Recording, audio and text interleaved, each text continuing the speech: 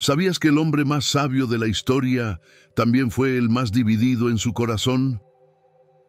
Muchos admiran el templo de Salomón, pero pocos conocen lo que realmente ocurría detrás de sus muros dorados.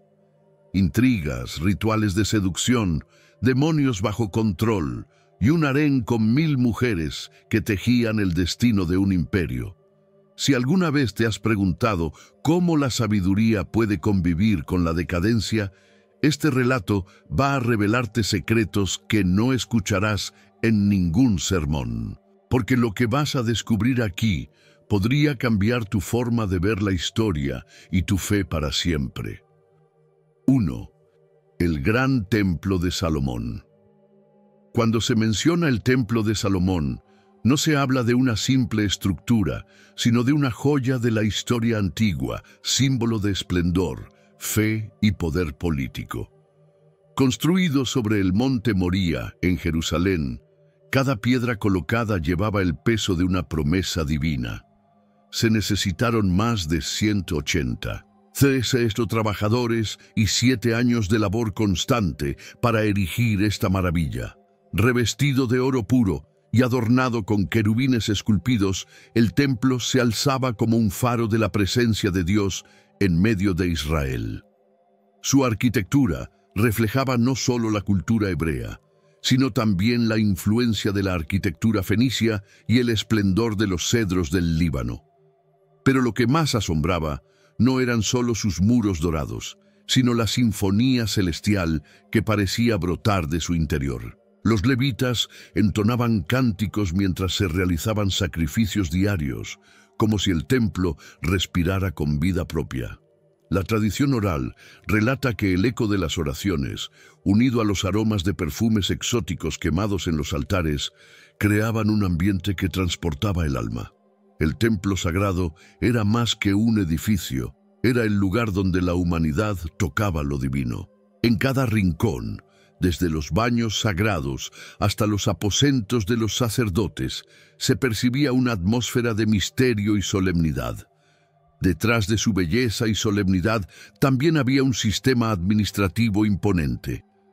El templo era sostenido por una jerarquía organizada de 24 divisiones sacerdotales, cada una con responsabilidades específicas. El poder político de Salomón se entrelazaba con la fe, y el tesoro real era celosamente administrado para mantener el funcionamiento diario. Sin embargo, esta magnificencia tenía su precio. El pueblo de Israel enfrentaba impuestos elevados y trabajo forzado, lo que con el tiempo provocó murmuración y descontento. Aunque se trataba de la morada de Dios, también era el epicentro de una gobernanza cada vez más compleja y ambiciosa. Muchos estudiosos en arqueología bíblica han debatido sobre la veracidad de cada detalle del templo. Aún así, lo que no puede negarse es la influencia que ejercía sobre la identidad del pueblo. Era el corazón palpitante de Israel, la cúspide de una era de sabiduría y riqueza. Y es que el templo de Salomón no solo era un lugar de adoración, sino un símbolo de estabilidad del reino, de alianzas estratégicas selladas, de promesas cumplidas y otras tantas quebrantadas. Allí se escribía la historia viva del pacto entre Dios y su pueblo. Cada ladrillo, cada altar, cada ornamento hecho de oro puro hablaba de los misterios de Salomón. Se decía que el rey, dotado con una sabiduría sin igual, escondía conocimientos antiguos y rituales secretos dentro de los muros del templo.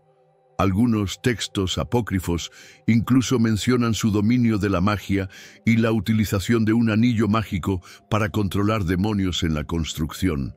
¿Hasta qué punto estos relatos reflejan la realidad? Tal vez nunca lo sabremos con certeza, pero lo que sí sabemos es que este lugar fue, por siglos, el centro espiritual de toda una nación.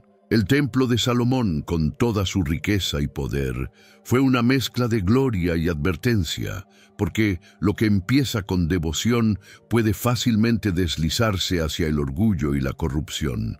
Los querubines esculpidos que custodiaban el lugar parecían vigilar no solo el altar, sino también los corazones. Y en medio de tanto esplendor, comenzaban a surgir las primeras señales de lo que vendría después. Un harén lleno de intrigas palaciegas, alianzas estratégicas ocultas tras velos de seducción, y un rey que comenzaría a inclinarse hacia dioses extranjeros. ¿Alguna vez te has sentido perdido, desconectado de quien realmente eres, sin saber cuál es el plan de Dios para tu vida? La verdad es que no estás aquí por casualidad. Dios tiene un propósito para ti y quiero ayudarte a descubrirlo. Por eso, he creado 3 ebooks que transformarán tu camino con Dios. Haz clic en el enlace del comentario fijado y comienza tu transformación ahora. El harén de Salomón no era solo un espacio de placer y compañía. Era un tablero político donde se jugaban las alianzas más delicadas del antiguo Oriente. Conformado por 700 esposas y 300 concubinas, este harén reflejaba el poder expansivo del rey y su habilidad para forjar pactos con otras naciones. Cada mujer traía consigo una historia, una cultura y una motivación. Muchas de ellas eran hijas de reyes, ofrecidas como parte de acuerdos diplomáticos que aseguraban la paz o la prosperidad. En ese entorno de vestimentas lujosas, perfumes exóticos y rituales de seducción, el destino del reino también se tejía en silencio. La vida dentro del harén era compleja, regulada por una estricta jerarquía del harén, donde las esposas reales, las concubinas y sus hijos competían por la atención del rey y por la posición que pudieran alcanzar. Cada mirada, cada palabra, podía alterar el equilibrio de poder entre las mujeres y provocar disputas internas con implicaciones más allá del palacio. Las intrigas palaciegas eran el pan de cada día, y en medio de la música y danza que adornaban las noches del palacio, muchas veces se ocultaban tensiones que influían en la sucesión al trono y en decisiones de gobernanza. No era raro que las noches del rey estuviesen precedidas por rituales cuidadosamente planeados.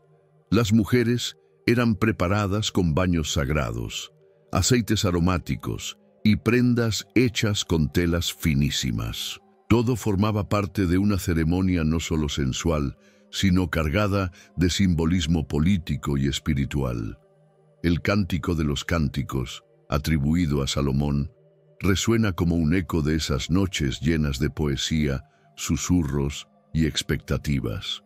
Pero más allá del romanticismo, estas noches eran momentos donde se definía el futuro de Israel, aunque fuese desde las sombras del harén. La estabilidad del reino dependía también de la estabilidad del corazón del rey. Las mujeres, portadoras de cultura extranjera, traían consigo tradiciones, dioses y rituales. Algunas llegaron a tener influencia significativa sobre Salomón, desviando poco a poco su devoción al Dios de Israel hacia la adoración pagana. Altares extranjeros comenzaron a erigirse en Jerusalén, y el monte Moría, donde se alzaba el templo sagrado, se vio rodeado por incienso dedicado a dioses ajenos. Aquel hombre de sabiduría infinita que había recibido instrucciones celestiales comenzó a inclinarse por caminos que conducían al declive espiritual. Muchos en Israel comenzaron a murmurar. El pueblo observaba con inquietud cómo los perfumes del harén reemplazaban el aroma de los sacrificios diarios, cómo el tesoro real se usaba no solo para el mantenimiento del templo, sino también para satisfacer la vida lujosa de la corte. Se elevaban impuestos, aumentaba el trabajo forzado y la fe se mezclaba con costumbres extranjeras. Lo que comenzó como una estrategia de alianzas políticas se transformó en una fuente constante de influencia extranjera, seducción y decadencia. En medio de esta red de poder y deseo, nacieron los hijos de Salomón. Cada uno con su madre detrás, buscaba un lugar en la línea de sucesión. Las disputas no tardaron en surgir, con conspiradores susurrando en los corredores del palacio y sacerdotes buscando mantener el equilibrio entre el templo de Salomón y las presiones internas del palacio. ¿Cómo gobernar una nación cuando el corazón está dividido? Esa pregunta comenzó a resonar con fuerza, dejando entrever que el esplendor del palacio escondía grietas profundas a punto de quebrarse. ¿Te gustó el contenido y marcó una diferencia para ti? Haz clic en gracias y apoya nuestro trabajo. En la intimidad del palacio de Jerusalén, lejos del bullicio del templo de Salomón y del trajín de los sacerdotes, se llevaban a cabo elaborados rituales de seducción.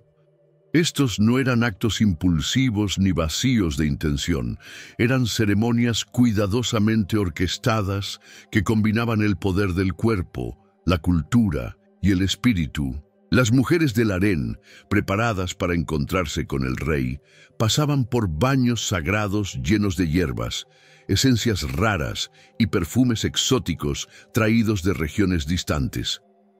Era un proceso que hablaba más de política y poder que de romance ingenuo. Cada baño era un acto de purificación y un símbolo de preparación. Las sirvientas masajeaban con aceites que evocaban antiguas fórmulas de belleza heredadas de culturas milenarias.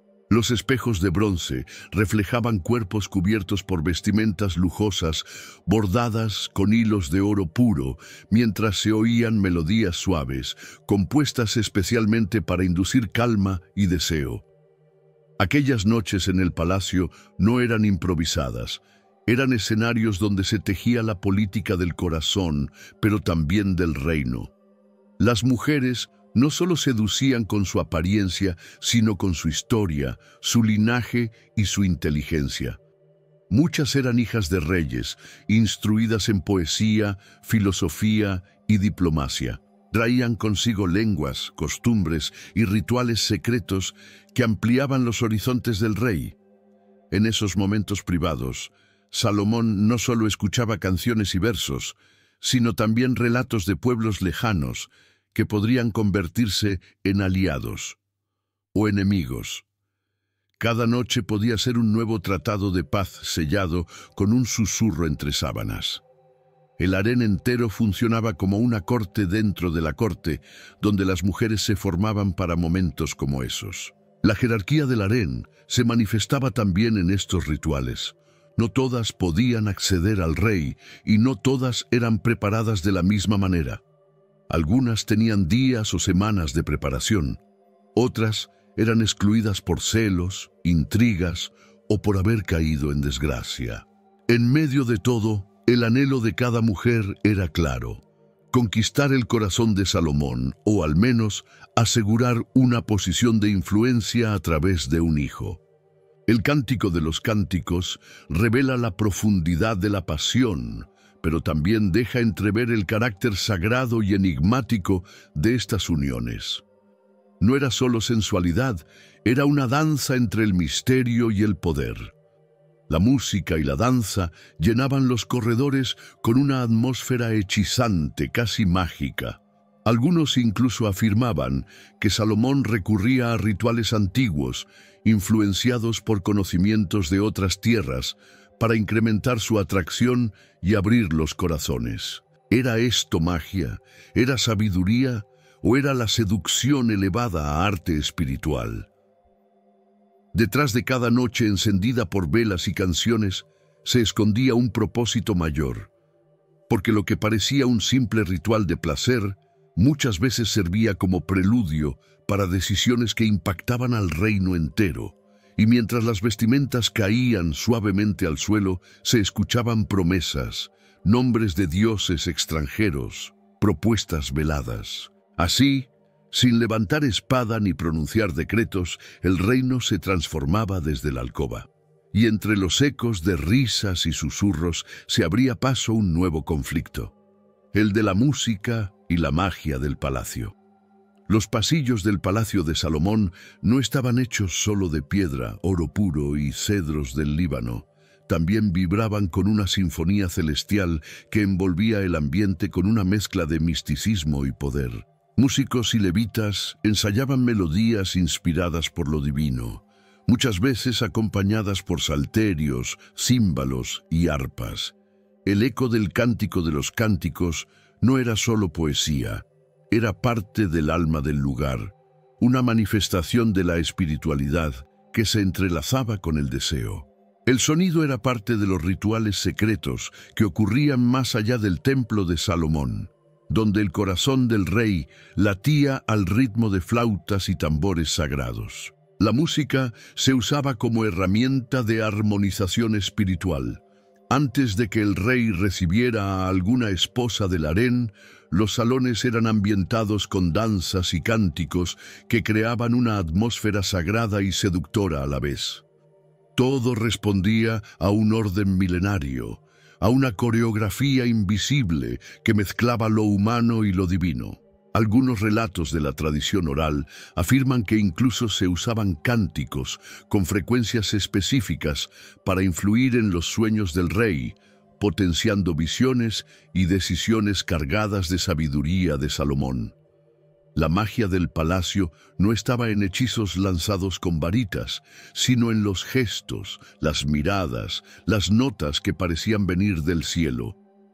Se decía que Salomón poseía un anillo mágico, una joya ancestral con la que podía someter demonios y revelar misterios antiguos. Ese poder no se manifestaba con espectáculo, sino con la sutileza de un rey que usaba su sabiduría para mover hilos invisibles. En el trasfondo de la música se tejían pactos invisibles, decisiones políticas y alianzas estratégicas encubiertas entre notas suaves. Los altares extranjeros, poco a poco, se volvían parte del paisaje sonoro del palacio. Se oían nuevos instrumentos, nuevas lenguas, nuevos cantos. Las esposas de naciones lejanas traían consigo no solo perfumes exóticos y vestimentas lujosas, sino también melodías y dioses. Salomón, fascinado por la diversidad, permitió que esa influencia penetrara hasta lo más íntimo de Jerusalén. Lo que comenzó como sincretismo cultural pronto derivó en adoración pagana, y el Monte Moria comenzó a llenarse de sonidos que no todos reconocían como santos. Esta mezcla de sonidos, poder político y espiritualidad ambigua mantenía al pueblo en un estado de confusión. Algunos decían que los rituales de danza y música eran inspirados por Dios.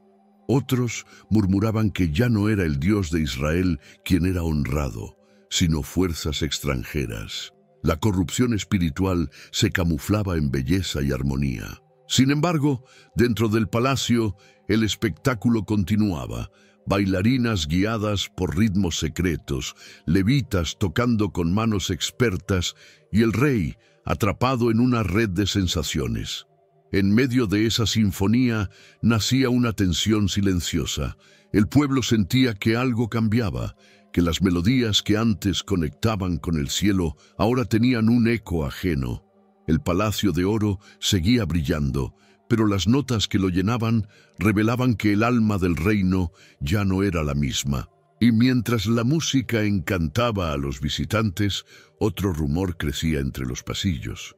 ¿Qué había detrás del poder sobrenatural de Salomón? Muchos han oído hablar de la sabiduría de Salomón, pero pocos conocen el costado oculto de sus dones. Según leyendas hebreas y textos antiguos, el rey no solo era sabio, también tenía acceso a poderes sobrenaturales que desafiaban la lógica humana. Se decía que portaba un anillo mágico, tallado con símbolos sagrados y dado por Dios o por un ángel, con el cual podía someter a demonios y obligarlos a cumplir tareas específicas.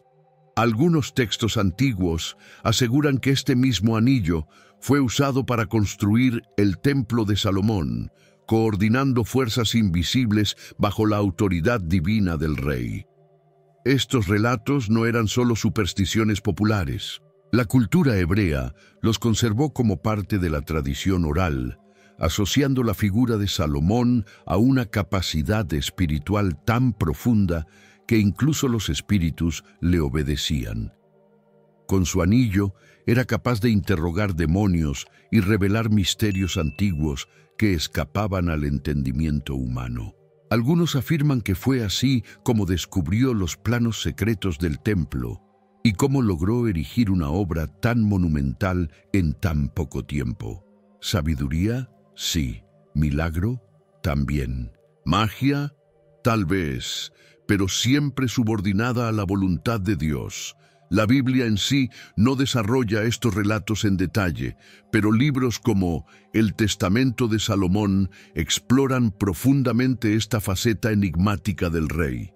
En ellos, Salomón aparece como un juez espiritual que convoca a criaturas caídas, no para pactar con ellas, sino para dominarlas en nombre del Altísimo. Esto nos recuerda que, en manos de un corazón recto, incluso lo más oscuro puede ser redimido o utilizado para un bien mayor. Pero ese equilibrio es frágil. El poder corrompe si no está anclado en la obediencia total a Dios. Así como Moisés tuvo su vara, David su arpa y Elías su manto, Salomón tenía un anillo. Cada uno recibió de Dios una herramienta específica para cumplir su propósito. Pero el uso de esos instrumentos dependía más del corazón del portador que del objeto en sí. Muchos en la corte comenzaron a temer el poder del rey, no por lo que podían ver, sino por lo que intuían que Salomón sabía. Los misterios de Salomón se convirtieron en leyenda viva. Rituales secretos, textos cifrados, encuentros nocturnos con criaturas del mundo invisible. Pero junto a esos poderes, el rey también cargaba un peso, porque donde hay revelación, hay responsabilidad. Salomón conocía los nombres de los demonios, sus debilidades, sus jerarquías, pero también sabía que un solo desvío podía abrir brechas en el mundo espiritual. Y es que, cuanto más alto sube el hombre en conocimiento, más tentadora se vuelve la caída. La frontera entre la sabiduría divina y la corrupción espiritual podía tornarse delgada como un hilo de oro. Y mientras Salomón profundizaba en sus misterios, también se alejaba, poco a poco, del Dios que lo había ungido. Las alianzas estratégicas y la influencia extranjera comenzaron a llenar sus días, y su poder espiritual se mezclaba con intereses políticos. Lo que una vez fue usado para construir, ahora comenzaba a abrir la puerta a una decadencia más sutil, más interna. Y en medio de esa transformación, el templo debía seguir funcionando. El templo de Salomón no solo era una obra maestra de arquitectura fenicia y devoción hebrea, sino una institución cuidadosamente administrada. Su funcionamiento era riguroso, ordenado por Dios mismo y llevado a cabo por 24 divisiones de sacerdotes descendientes de Leví. Cada grupo tenía su turno para servir, asegurando que los sacrificios diarios, los cantos y los rituales sagrados jamás se interrumpieran. Era una sinfonía espiritual de precisión, donde cada detalle contaba. Desde el encendido del incienso hasta la disposición del pan de la proposición, todo seguía un orden celestial. Los levitas eran los guardianes del ritual. Ellos mantenían la limpieza del lugar santo, custodiaban los utensilios sagrados y dirigían la música que acompañaba los sacrificios. Su vida estaba dedicada al templo, sin posesiones propias, sostenidos por los diezmos del pueblo. La jerarquía era estricta y cada tarea era vista como un honor divino. La administración no era solo terrenal, era una forma de adoración. Incluso los impuestos que sostenían esta estructura eran vistos como una contribución directa al trono de Dios sobre la tierra. Sin embargo, con el crecimiento del imperio de Salomón, también creció la complejidad del templo. El tesoro real y el tesoro del templo comenzaron a mezclarse. Las decisiones financieras ya no se basaban únicamente en la fe, sino también en la política. El aumento de los impuestos generó murmuración entre el pueblo. ¿Por qué debían sostener un templo tan lujoso mientras sus campos sufrían? Las voces comenzaron a elevarse, y aunque los rituales no cesaban, algo en la pureza de la adoración comenzaba a mancharse con la presión del poder. Los sacerdotes, algunos fieles y otros ambiciosos, comenzaron a debatir entre sí. Surgieron disputas internas sobre la distribución de los recursos, y no faltaban quienes buscaban un lugar de privilegio más por prestigio que por servicio. La corrupción, sutil al inicio, empezó a colarse entre los altares y los cantos. Aún así, la maquinaria del templo seguía su curso. Día tras día, los sacrificios eran ofrecidos, los perfumes subían al cielo, y los cantos resonaban en los muros cubiertos de oro puro. Pero los ojos de Dios ven más allá de la apariencia. El templo de Salomón, tan perfecto por fuera, empezaba a albergar grietas espirituales, altares extranjeros, influencias paganas y un declive espiritual silencioso comenzaban a infiltrarse incluso entre los sacerdotes. Lo que antes era un lugar de revelación, ahora podía convertirse en rutina vacía si el corazón del adorador no estaba alineado con la verdad. La sinfonía celestial que antes unía a Israel con el cielo empezaba a desafinar. Y mientras los sacrificios continuaban y los querubines esculpidos parecían observar desde lo alto, una sensación comenzaba a extenderse. El esplendor no siempre es sinónimo de santidad. Los levitas cumplían su deber, pero el espíritu del pueblo estaba inquieto. En los rincones del templo, en los patios exteriores, comenzaba a resonar una preocupación creciente. ¿Dónde había quedado la pureza de la fe? ¿Sería posible que el templo, que una vez unió a las tribus de Israel, ahora se convirtiera en el escenario de un alto costo del reino? Mantener la magnificencia del templo de Salomón y la vida opulenta de la corte tenía un precio elevado. El oro puro que revestía los muros, las vestimentas lujosas de los sacerdotes y las innumerables fiestas palaciegas no salían del aire. Se financiaban con impuestos cada vez más pesados que el pueblo debía pagar sin cuestionar. Los tributos se extendían incluso a las 12 tribus de Israel, y el trabajo forzado empezó a convertirse en una carga intolerable. Lo que antes era motivo de orgullo nacional, ahora comenzaba a ser una fuente de resentimiento entre los ciudadanos comunes. El descontento se hacía oír en las calles de Jerusalén. Las familias se preguntaban si era justo entregar sus cosechas para financiar perfumes exóticos, querubines esculpidos y rituales de seducción dentro del harén de Salomón. La riqueza y poder acumulados en el tesoro real contrastaban con la escasez en algunos rincones del reino. Aunque la gobernanza era efectiva y estratégica, el desequilibrio se hacía evidente. La murmuración del pueblo se volvía una constante que amenazaba con convertirse en rebelión. El sistema de trabajo forzado impulsado por Salomón era visto como una extensión del poder político, pero también como un eco del pasado opresor de Egipto. ¿No era este el mismo pueblo que había sido liberado del yugo faraónico? Y ahora trabajaban de sol a sol en las canteras para levantar altares extranjeros y construir palacios para concubinas. El contraste era doloroso. Incluso algunos sacerdotes comenzaron a cuestionar en silencio si aquello seguía siendo voluntad de Dios. Las alianzas estratégicas que Salomón sellaba mediante sus 700 esposas reales y 300 concubinas también requerían un mantenimiento costoso. Cada mujer traía consigo un séquito, regalos, exigencias y rituales propios.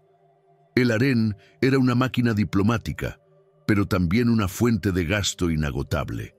Su jerarquía interna demandaba atención, lujo y constantes cuidados. Y mientras tanto, las voces del pueblo clamaban por justicia, por un retorno a la sencillez, a la fe verdadera que había guiado a Israel en el desierto.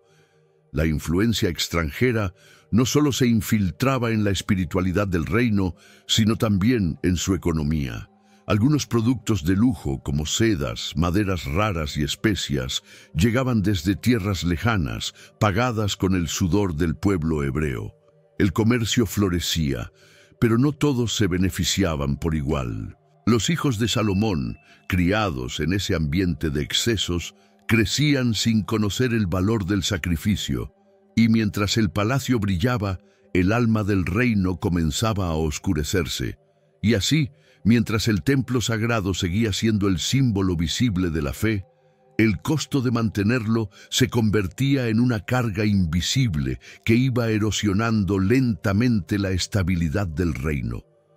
El alto costo del reino no se medía solo en oro, sino en corazones que comenzaban a alejarse. Y entre las grietas de esa opulencia, algo más profundo se empezaba a gestar. Un declive espiritual que pondría en peligro todo lo que se había construido. Lo que comenzó como un reinado lleno de promesas y sabiduría divina, poco a poco se fue contaminando con la adoración pagana. Influenciado por sus esposas extranjeras, Salomón permitió la construcción de altares a dioses ajenos al Dios de Israel. En los alrededores de Jerusalén, incluso cerca del monte Moriah, surgieron templos para deidades como Astarte, Milcom, Quemos y Moloc. Aquello que había sido un centro de adoración pura se convirtió en un mosaico espiritual confuso, donde los sacrificios al Dios vivo coexistían con rituales a dioses extranjeros. Este desvío espiritual no fue abrupto, sino progresivo. Al principio, tal vez por cortesía o por mantener alianzas estratégicas, Salomón toleró estas prácticas. Pero la tolerancia se convirtió en permisividad y la permisividad en participación. Las esposas del rey no solo trajeron perfumes exóticos y vestimentas lujosas, sino también rituales de seducción ligados a sus cultos. Pronto, el templo de Salomón, que antes era lugar de sacrificios diarios y sinfonía celestial, quedó opacado por altares extranjeros adornados con símbolos paganos. El corazón de Salomón se dividió. Aquel que había pedido sabiduría para gobernar, ahora parecía desorientado, víctima de su propio harén y de los misterios antiguos que lo rodeaban. La adoración sincera dio paso a una espiritualidad mezclada, sin dirección clara. El pueblo, confundido, no sabía si seguir los mandatos de la ley mosaica o adoptar las nuevas prácticas extranjeras que se imponían por costumbre y conveniencia. Los sacerdotes, en su mayoría, guardaban silencio por temor o conveniencia. El declive espiritual afectó también la moral del reino. La corrupción se instaló en la corte, en los levitas y hasta en los líderes tribales. Las intrigas palaciegas que antes eran asunto interno del harén comenzaron a repercutir en la administración del templo y en la gobernanza general. Ya no se consultaba la voluntad de Dios con la misma urgencia. Los rituales secretos que antes se realizaban con reverencia, ahora se ejecutaban con apatía o, peor aún, con doble intención. El pueblo, que había conocido el esplendor de la gloria divina, ahora se sentía espiritualmente huérfano. Los profetas, aún no levantados con fuerza, serían los encargados en generaciones futuras de denunciar este pecado. Pero ya entonces se escuchaban voces inquietas entre las tribus de Israel, especialmente en aquellas que no estaban directamente beneficiadas por los favores del rey. El reino comenzaba a fracturarse en espíritu, y donde antes había unidad bajo la palabra de Dios, ahora había disputas ideológicas, doctrinas mezcladas y una búsqueda insaciable de poder. Y así, el trono de oro de Salomón, sostenido por querubines esculpidos y rodeado de altares de incienso, se convertía en el símbolo de un corazón dividido. El mismo rey, que había sido bendecido con sabiduría de lo alto, ahora caía bajo el peso de su propia magnificencia. Y mientras las noches del palacio seguían su curso, en el harén crecían no solo los suspiros, sino también las disputas de poder. Las paredes del palacio de Salomón escondían mucho más que música y danza. Tras las cortinas de seda y los pasillos perfumados, se libraban verdaderas batallas por el poder. El harén, compuesto por 700 esposas reales y 300 concubinas, no era un lugar de simple descanso. Era un campo de tensión constante, donde cada mujer representaba no solo una alianza política, sino también una ambición. La jerarquía del harén era tan rigurosa como la del templo. Las favoritas influían en decisiones reales y las relegadas conspiraban desde las sombras. Las mujeres competían por la atención del rey y, sobre todo, por el futuro de sus hijos. Ser madre de un hijo varón y aún más de un posible heredero era un billete directo a una vida de prestigio y poder. En ese ambiente, cada gesto era una estrategia. Un perfume más intenso, una palabra susurrada en el oído correcto, una mirada que decía más que 1000 palabras. Las intrigas palaciegas se tejían como hilos invisibles que envolvían al trono, y lo que parecía una danza de seducción era muchas veces el preludio de una jugada política. Los hijos de Salomón crecían en un ambiente de rivalidad disfrazada de cortesía. Cada madre buscaba asegurar que su hijo fuera visto por el rey con admiración, con esperanza, con intención sucesoria. La sucesión al trono se convirtió en un tema delicado y peligroso. Algunos príncipes eran preparados desde pequeños con instrucción, vestidos con ropas reales y acompañados por levitas educadores. Otros, en cambio, eran mantenidos a raya, lejos de la corte, para evitar disputas más abiertas. Estas tensiones comenzaron a afectar la estabilidad del reino. Los sacerdotes eran presionados por las madres influyentes, los consejeros reales se dividían en bandos y hasta el pueblo percibía que algo no estaba bien. La adoración en el templo seguía, pero en los corredores del palacio se susurraban nombres, se trazaban alianzas secretas y se hacían promesas que escapaban al control del rey. La gobernanza se volvía frágil, no por amenazas externas, sino por la guerra silenciosa que crecía dentro del propio palacio. Salomón, aunque sabio, no podía estar en todas partes. Con el paso de los años, su energía se fue desgastando, y la claridad que había marcado los inicios de su reinado empezó a desvanecerse. Algunas decisiones favorecían a ciertas mujeres del harén, lo cual alimentaba aún más las enemistades. El anillo mágico ya no bastaba para mantener el equilibrio. La magia, si es que aún la usaba, no podía curar los efectos de un corazón dividido y de un palacio encendido por la ambición. En ese ambiente tenso y complejo, uno de sus hijos se preparaba, quizás sin saberlo, para heredar no solo un trono, sino también una serie de disputas, alianzas truncadas y heridas abiertas. Su nombre era Roboán, y con él, el legado de Salomón estaría a punto de entrar en una nueva etapa, la del reino dividido.